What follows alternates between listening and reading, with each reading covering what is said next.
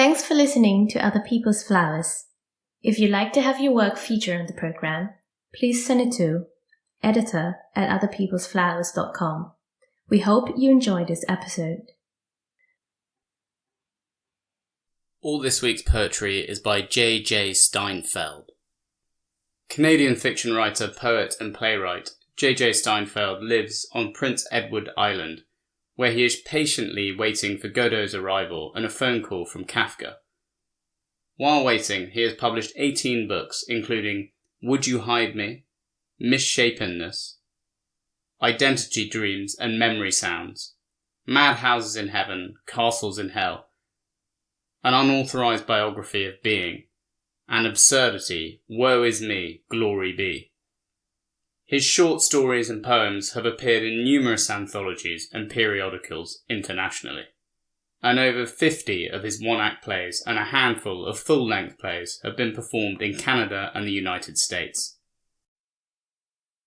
The Art of Becoming Invisible. Why doesn't anyone answer my well-composed inquiries sent at every solstice, equinox and partial or full eclipse, punctually year after year? Why doesn't anyone answer my succinct yet solemn prayers when cacophony is approaching myth periodically here and there? Why doesn't anyone see my impressive touching of the moon during less than desirable nights haphazardly once in a while? And why does that figure with the gun yell at me to turn around, just as I've mastered the art of becoming invisible? A far-travelling handwritten love letter. A man alone in a bomb shelter for 5, formerly handsome, nearly 40, looking 50. From loneliness and fear and disassembled dreams, starts a letter with a line learned as a child. Heartfelt, loving words from a mother's lullaby, working his way through a long love letter full of words in careful yet cramped order. A plea, more or less, for love, salvation, forgiveness, reprieve. He's lost in the words learned during a lifetime of lost lullabies replaced by harsh songs of pursuing love and salvation and forgiveness and reprieve. The man inserts the long letter into a wine bottle he had been saving for better days, even bearable days, a bottle for two to celebrate love or the end of hostilities. They will end, have to end, he whispers to the walls. The wine finished like the letter in haste, but with strange hopefulness he leaves his fortified hiding place, walks the deserted streets to the water's edge, and hurls the bottle toward another world. A woman, 100 years hence, walking along an isolated beach, off limits, still contaminated, yet she dares, sick of restrictions and hiding, amazed, not by the distance or sentiments, the itemized desires, glorification of love or heartfelt loving words from a mother's long-ago lullaby, but by the numerous misspellings and neatly printed address of a city that no longer exists. Magical stories. Sex is magical, the down-on-his-luck magician says, finding the porn site the assistant he had cut in half recommended between acts. Escape is magical, the down-on-her-luck ballerina says, taking the magical pills the partner she had danced with gave her after a lackluster performance. Science is magical, the 3 down-on-their-luck scientists say, no one believing their teleporter would ever work in any way as they disappear from sight. God is magical, the down-on-their-luck couple say, prepared to leap off a cliff, the angel-like wind securely affixed given them after praying haphazardly. Life is magical, the down-on-its-luck seagull thinks, flying above the desperately wing-flapping couple now cursing God and magic. A life poorly executed.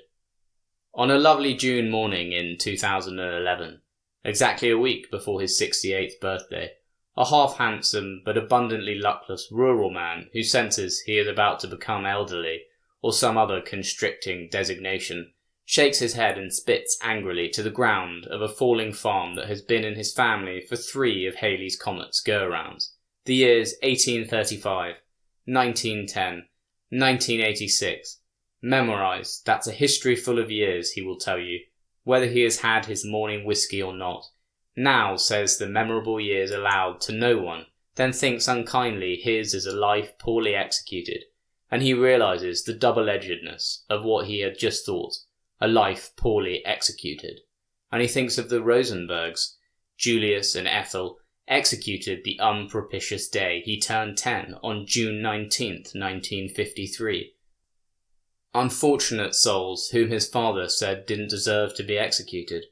And then he wonders why he is half handsome and where all his endless bad luck comes from. His father, grandfather and great-grandfather were all considered lucky, even blessed, and each, right up to the moment of death, could describe when Halley's Comet flew overhead, had good, full lives, and what some might call good deaths, quietly in bed, surrounded by family members and love. But the half-handsome man who saw Halley's Comet a quarter-century before, on the day his wife left him, knows he has had a life poorly executed, and will have a death little better than his life. The anticlimactic end of the world. God uses special effects and excessive pyrotechnics. A mute speaks sweet-voiced upon regaining speech and a sense of humour. Everyone in the room is awed, left trembling and sweat-drenched. It's a precursor to the most transcendent night. An elderly hunchback declares, the hump dissolving into ramrod straightness. Prestidigitation will become commonplace. A former stutterer slips into eloquence, greeted by applause like legendary thunder, even a hint of legendary lightning and divination. 3 in the room grip camcorders, ready to capture the unfathomable, then the 3 swell to 30, to 300, to 3,000. Soon an excited sea of camcorders, attempting to outwit the incomprehensible.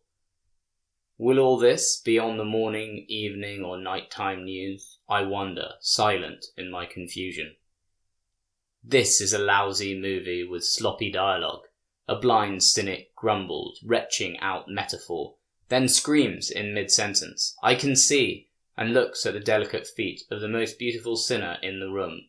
This room, spacious beyond measurement, populated like a history of forgotten parades. I inadvertently entered. Haphazard condemnation, sat at the very back, seeing all the deformities and infirmities and worn-out dreams. One by one, slowly and consecutively, things are resolved, errors undone, wounds healed. Even belligerency is soothed. It is miraculous, the youngest in the room says, a recent wrist slash, now a soft decoration. It is glorious, the oldest in the room says, long memoried scars turning smooth.